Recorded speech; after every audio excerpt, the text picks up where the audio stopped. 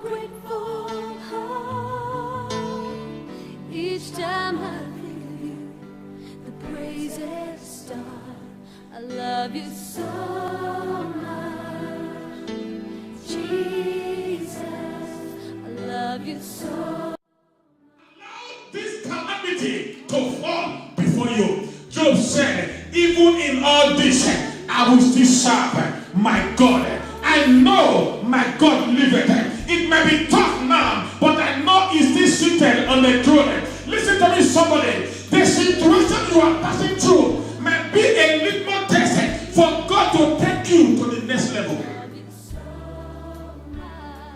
What can separate you from this love of God?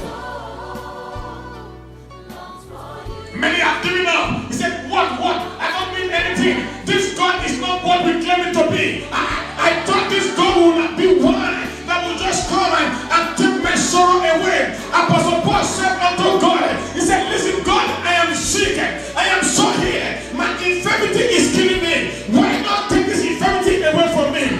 God told me, said, son, let me tell you something. This infirmity, I will not take it. I will leave it there to the glorification of my name. Listen, how can somebody's sickness glorify God?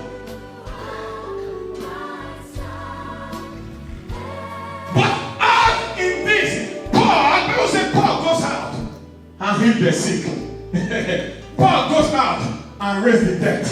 Paul goes out and does great miracle. But in Paul, there was a big sickness that God refused to answer.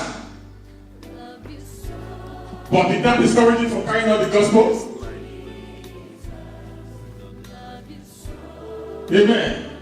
Did he stop that? The answer is no. He continued to do the work of God as if there was no tomorrow. Anything that happens to you as a child of God happens for a reason. You hear me, somebody? The Bible said God does not sleep, neither does he slumber. He said, as he sits on his throne, his eyes is going to and fro all over the world. He sees you at every point in time. If God allows something to happen to your life, it means it is for a reason.